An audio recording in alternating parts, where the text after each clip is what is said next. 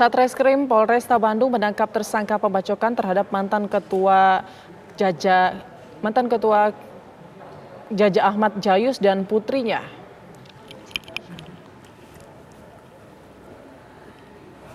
Kurang dari 10 jam tersangka pembacokan terhadap mantan ketua Jaja Ahmad Jayus dan putrinya Rahmi Dwi ditangkap Satu Reserse Kriminal Polresta Bandung, Jawa Barat di kawasan Cibaduyut Rabu pagi. Sejumlah barang bukti seperti pakaian, sepeda motor, dan celurit juga berhasil diamankan petugas kepolisian.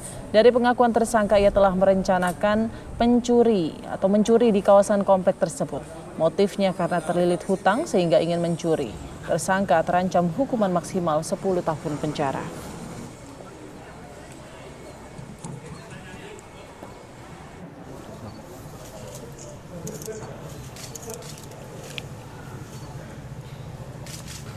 Korban pembacokan Jaja Ahmad Jayus, Ketua Komisi Yudisial periode 2018-2020, tengah dirawat di Rumah Sakit Mayapada Bandung, Jawa Barat. Korban mengalami luka bacok di kepala dan leher. Lalu apa motif tersangka yang sudah berhasil ditangkap? Kami ajak Anda berdialog bersama Kapolresta Bandung, Kombes Pol Kusworo Wibowo. Selamat siang, Bapak.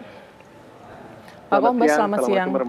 Waalaikumsalam warahmatullahi wabarakatuh. Pak Kapolres, bagaimana kronologi kejadian? Benar dari CCTV pelaku ini sudah menunggu korban korban pulang ke rumah? Ya, betul. Jadi awalnya memang dari CCTV kita bisa melihat bahwa tersangka menunggu beberapa saat baru tersangka masuk ke dalam rumah korban. Namun setelah tersangka kami tangkap pada jam 22.00 waktu Indonesia Barat di hari tersebut, di mana kejadian pada pukul 15.30, kami mendapatkan informasi dari tersangka yang kami padukan dengan rangkaian tindakan penyelidikan yang dilakukan oleh kepolisian. Kami bisa menyimpulkan bahwa tersangka memiliki motif melakukan pencurian. Yang pertama, yang bersangkutan, dalam hari ini tersangka itu sudah mobiling mencari target korban pencurian dari jam 11 siang. Dari jam 11 siang, sempat ke Kecamatan Balai Endah, sempat juga ke Kecamatan Bojong Soang, dan pada jam 15-an, jam 15.30, itu berpapasan dengan mobil milik korban. Di situ tersangka melihat bahwa korban adalah seorang laki-laki yang sudah berumur senior, berkendaraan sendirian. Kemudian tersangka melihat bahwa ini adalah korban yang empuk bagi tersangka, sehingga dibuntuti sejak di pintu gerbang kompleks. Kemudian sampai masuk ke dalam rumah, tersangka melihat bahwa korban membuka gerbang sendiri, kemudian masuk ke dalam rumah, membuka pintu sendiri, tidak ada yang menyambut, sehingga tersangka semakin memiliki keyakinan bahwa korban sudah berusia senior dan tinggal sendirian di dalam rumah.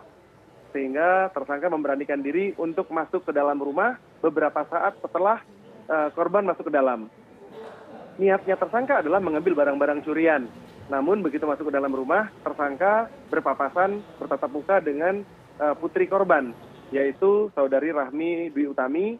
Kemudian tersangka sempat memasukkan putrinya ke dalam kamar, meminta untuk tidak bersuara, berteriak diam, diam begitu.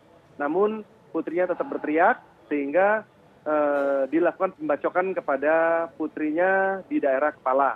Karena putrinya berteriak-teriak, maka sang ayah turun ke bawah dari lantai 2, turut berteriak, sehingga tersangka pun melakukan pembacokan yang serupa di seputaran area kepala dan leher. Setelah itu warga masyarakat sekitar itu sudah mulai berdatangan masuk ke dalam rumah, dan tersangka langsung melarikan diri tanpa sempat mengambil suatu barang apapun, menaiki kendaraan roda 2-nya dan melarikan diri. Baik, pelaku ini beraksi sendiri ya Pak ya? Pelaku beraksi sendiri. Baik, sebelumnya apakah memang sudah pernah melakukan aksi serupa? Ya, kalau informasi keterangan dari tersangka, yang bersangkutan belum pernah melakukan perbuatan karena memang tidak ada catatan kriminal yang kami padukan dengan data SKCK kami, data riwayat kriminal, bahwa yang bersangkutan memang belum pernah melakukan atau belum pernah mendapatkan vonis hukuman pidana penjara.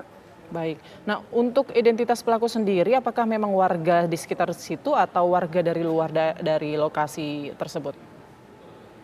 Ya, yang bersangkutan itu berada di daerah Kabupaten Bandung.